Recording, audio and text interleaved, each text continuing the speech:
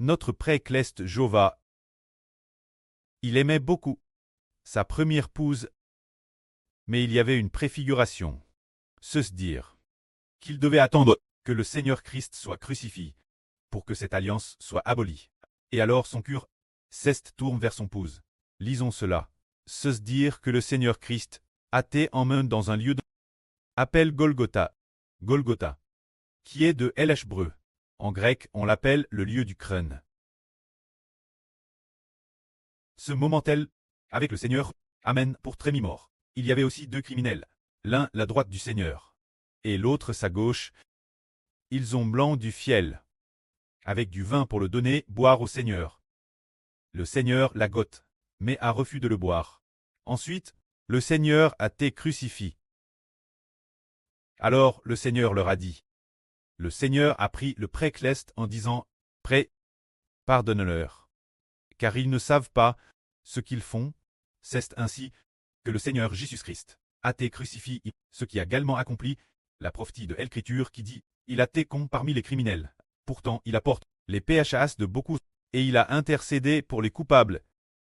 Alors les soldats ont pris les vêtements du Seigneur Christ, et les ont divisés en 4 parts, une part pour chacun. Il semble que ce jour, le Seigneur portait probablement pas mal de vêtements.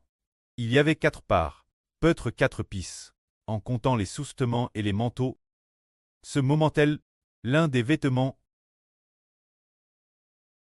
était tisse d'une seule pisse, et il était difficile de le partager. Ils ont donc dit, ne le déchirons pas, tirons au sort, pour voir qui il sera. Cela a accompli exactement ce que dit l'Écriture. Ils se sont partagés mes vêtements, et on tire au sort ma tunique. C'est merveilleux. Avant, madame, que le Seigneur Christ ne vienne au monde. Les prophéties concernant le Seigneur, t'es DJ écrites dans la Bible. Il est dit ici, ils se sont partagés mes vêtements, et on tire au sort ma tunique. Ce passage se trouve dans les psaumes. Mais qui adonne celui qui a écrit ce psaume?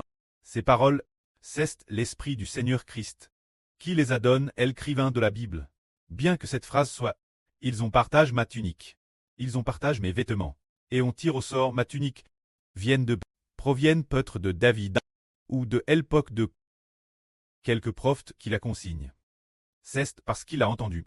Ce prophète a entendu les paroles du Seigneur Christ et les a donc consignées. Qui aurait cru que le Seigneur Jésus devenu homme accomplirait en effet cette parole? Ils se sont partagés mes vêtements, et on tire au sort ma tunique. Notez qu'il est dit ici. Il a été con parmi les criminels. Pourtant il apporte les péchas de beaucoup, et il a intercédé pour les coupables. Cette phrase vient du livre du prophète Saë. Le prophète Saë, quand il a reçu cette parole, c'est le Saint-Esprit qui lui parlait. Alors le Saint-Esprit lui a dit, se dire lui annoncer, que le Fils de Dieu serait mis mort l'avenir. Parce que, au moment de sa mort, il serait con parmi les criminels, et qu'il intercéderait pour les péchas de beaucoup. Ce moment-tel, les gens. Pilate a crié un criteau, et sur cette criteau il était écrit « Celui-ci est le roi des Juifs, Jésus de Nazareth ». Il disait que le Seigneur Jésus était le roi des Juifs, mais les principaux sacrificateurs n'est pas d'accord. Disant « N'crie pas qu'il est le roi des Juifs, mais crie qu'il a dit « Je suis le roi des Juifs ».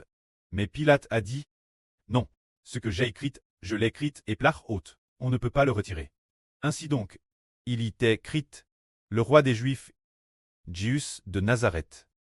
Alors les gens ont tous pens, en voyant cette inscription, qu'il semblait y avoir un dessein de Dieu disant « Jésus est vraiment le roi des Juifs ». Pourtant le monde ne comprenait toujours pas. Cependant le Seigneur Jésus, il est le roi céleste des Juifs. Et non pas des Juifs terrestres. Il est le roi des vrais Juifs. Ce moment-tel, quelqu'un moque du Seigneur en disant « Cet homme voulait détruire le temple et le rebâtir en 3 jours. Sauve-toi toi-même. Si tu es le Fils de Dieu, descends de la croix. De la croix, descends donc. » C'est ainsi qu'il se moquait de lui. Il a sauvé les autres. Et il ne peut se sauver lui-même, s'il est le roi d'Israël. Qu'il descende maintenant de la croix. Et nous croirons en lui, il s'est confié en Jova. Que Jova délivre maintenant. Puisque Jova aime. Qu'il vienne le secourir. Car il a dit, je suis le Fils de Dieu. C'est ainsi qu'il se moquait sans cesse de notre Seigneur Jésus-Christ.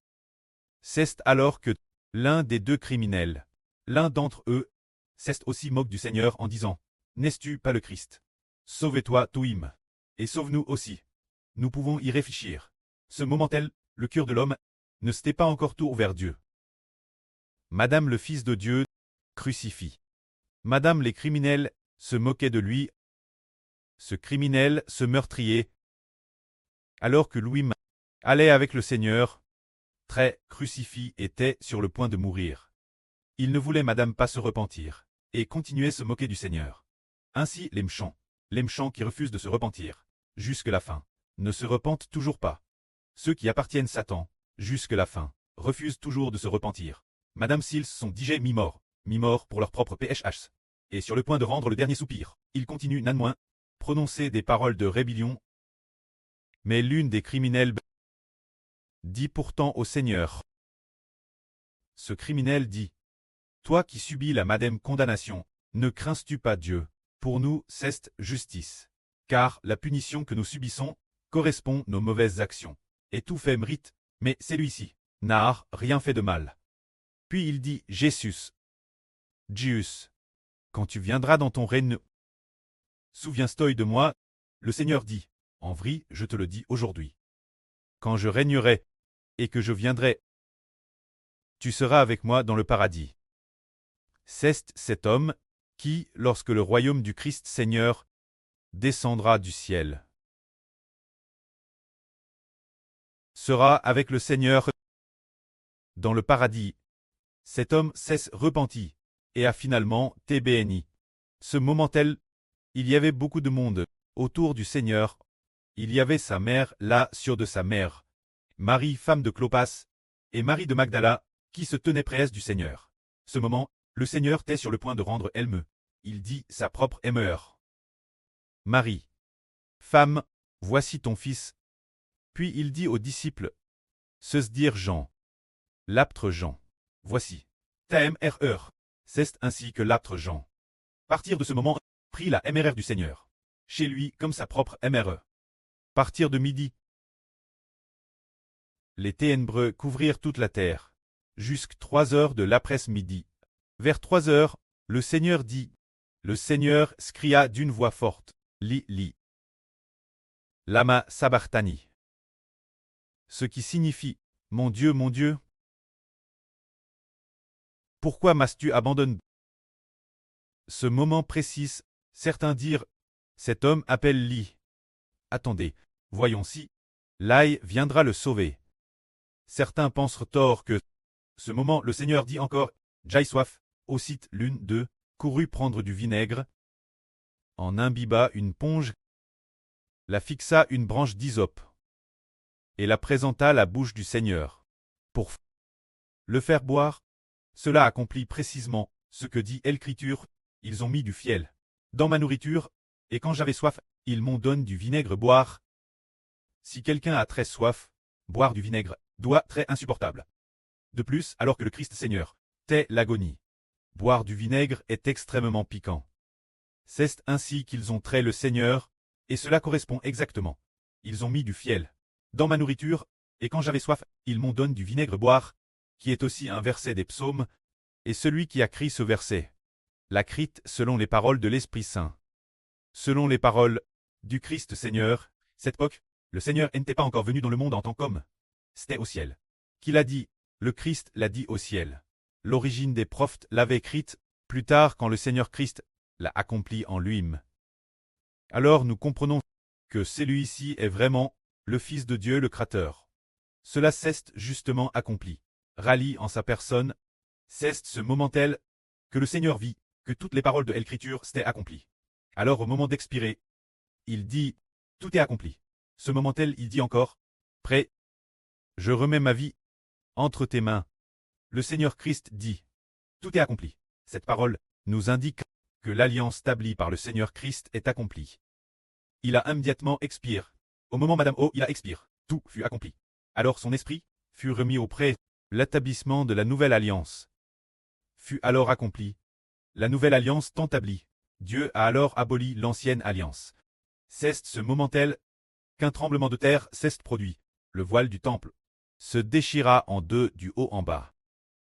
La terre trembla. Les rochers se fendirent, et madame les tombes furent secoues. Beaucoup de personnes décédées. Leurs corps furent secoués hors des tombes. Ainsi les corps sortirent des tombes. Autour des tombes, ils se dispersent en. Cela nous montre que, quand le Seigneur Christ a expiré le voile du temple, se déchirant en deux signifie que l'ancienne alliance est abolie. Cette alliance a été abolie. C'est un peu comme un mari faisant alliance avec sa femme, mais plus tard, il découvre que sa femme ne cesse de commettre l'adultère, abandonnant constamment son mari, trahissant l'alliance. Alors le mari, voulant maintes reprises préserver l'alliance, dit « Tu dois me revenir. Tu dois me revenir. Tu dois m'appartenir. » But, la femme dit « Je ne veux pas t'appartenir. Je veux appartenir d'autres. » Le mari dit plusieurs reprises « Tu dois très sous mon nom. Très, ma femme, tu dois m'appartenir. Tu dois m'appartenir. » La femme dit « Non. Je veux suivre d'autres hommes. » Alors le mari en colère dit « Bien. Je déchire cette alliance. Je n'en veux plus. Je déchire le contrat de mariage conclu avec toi. Je vais continuer d'aimer ma première épouse, elle qui m'a toujours été fidèle. Elle m'est reste fidèle. Bien qu'elle ne me donne aucun enfant, je l'aime. Je vais, par le biais de l'Évangile, lui donner de nombreux enfants. Ainsi, le royaume des cieux a, par le biais de l'Évangile, obtenu de TRS nombreux enfants.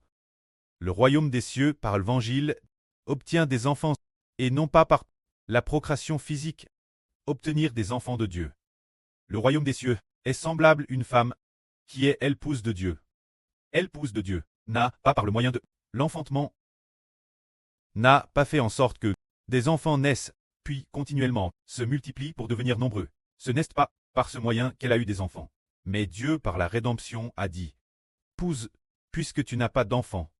Mais moi, par le moyen de la rédemption, par mon Fils, crucifié pour le rachat. J'ai ainsi racheté une multitude de personnes, pour les accourir, pour qu'ils deviennent tes enfants, qu'ils deviennent tes propres enfants. Car mon esprit habite en ces enfants, ils deviennent ainsi tes propres enfants. » C'est ainsi que cette femme, qui n'avait pas d'enfant à l'origine, sans qu'elle le sache, se retrouve soudain avec tant d'enfants. D'où viennent-ils? Cela vient de l'Évangile, par le biais du rachat de Hachet pour sa propre épouse. Que la gloire soit auprès et au Seigneur. Amen.